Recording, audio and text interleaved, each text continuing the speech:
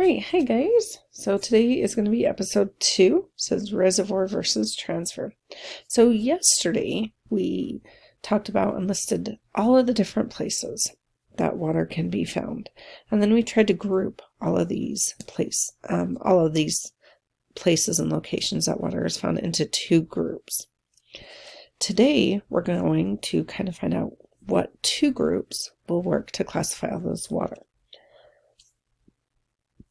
So first, let's look at a diagram of the water cycle. And you have this same diagram in your book on page 4. On the back of page 3, you have the water cycle diagram, which is the same one. So as we're looking at this diagram, we see arrows. What are the arrows indicating? What does that mean? Hopefully you're thinking, oh, it means movement, right? It means the water is moving. So here, right, we're meaning that the water's moving from the ocean, right, into the clouds. And then the water's moving from the clouds down to the surface. Here the water's moving from the surface into the ground. Here we have water moving from the ground to the ocean. Here we have water moving from down the mountain down to lower places. Right?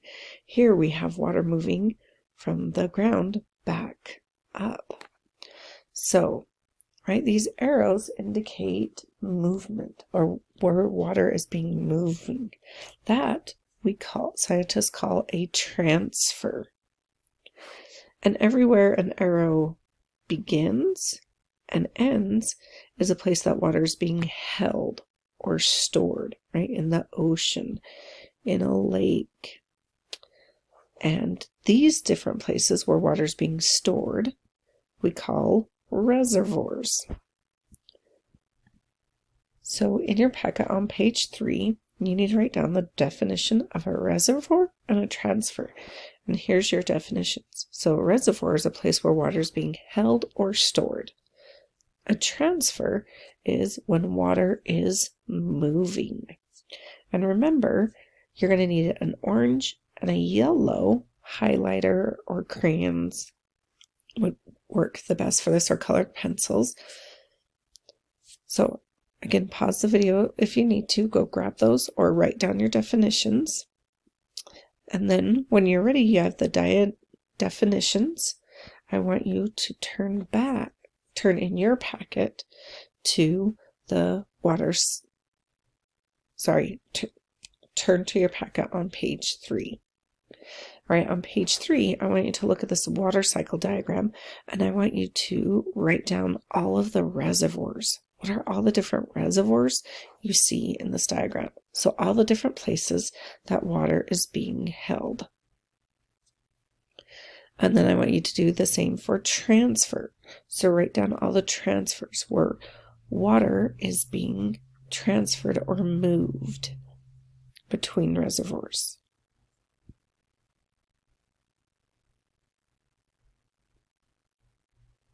All right.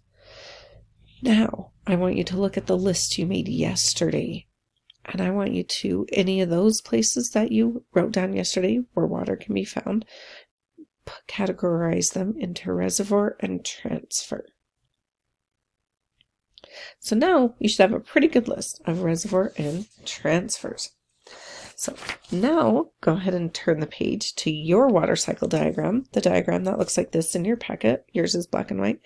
And I want you to color code the diagram. You're going to go through and color all of the locations that are reservoirs. So for example, you would color the clouds orange because the clouds are a reservoir. They're storing water. You're going to color the ocean orange because that is a reservoir. That's where water is being held. And then you're going to color the transfers yellow. So evaporation would be a transfer, right? That's where water is being moved. We have runoff would be a transfer, because that is where water is being moved. Once you have your diagram all color-coded, below the diagram, I want you to write down one more reservoir that is not on the diagram, so a place where water can be held, and then write down another transfer, so something that's not on the diagram, and you're going to write this below your diagram.